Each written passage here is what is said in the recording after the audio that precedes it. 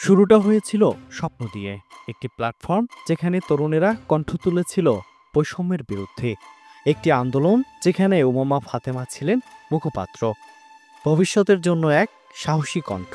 কিন্তু আজ সেই স্বপ্নই যেন ভেঙে গেছে হাজার টুকরোয়। ২৭ জুন শুক্রবার দিবাগত রাতে নিজের ভেরিফাইড ফেসবুকে একটি স্ট্যাটাসে উমামা জানিয়ে দিলেন, বৈষম্য বিরোধী ছাত্র আন্দোলনের সঙ্গে আমার আনুষ্ঠানিক যাত্রা এখানেই শেষ। একদিন যিনি ছিলেন অভ্যুত্থানের অগ্রপথিক, আজ তিনিই বলছেন এই প্ল্যাটফর্মের ভবিষ্যৎ এখন অন্ধকার। কারণ ভেতরে গজিয়ে উঠেছে সুবিধাবাদীদের পোকার দল, যারা আন্দোলনকে ভেতর থেকে খেয়ে ফেলছে প্রতিদিন। উমামার ভাষায়, আমি দেখেছি কিভাবে আমার পাশের লোকেরাই আমার বিরুদ্ধে অপপ্রচারে নেমেছে। তিনি অভিযোগ করেন কমিটি গঠনে হয়েছে অনিয়ম, ভোটার তালিকায় ছিল রাজনৈতিক পক্ষপাত, এমনকি মুখপাত্র হয়েও তার কাছে ছিল না প্ল্যাটফর্মের ফেসবুক পেজের অ্যাক্সেস, বরং সেই পেজ থেকেই ছড়ানো হয়েছে তার বিরুদ্ধে পোস্ট।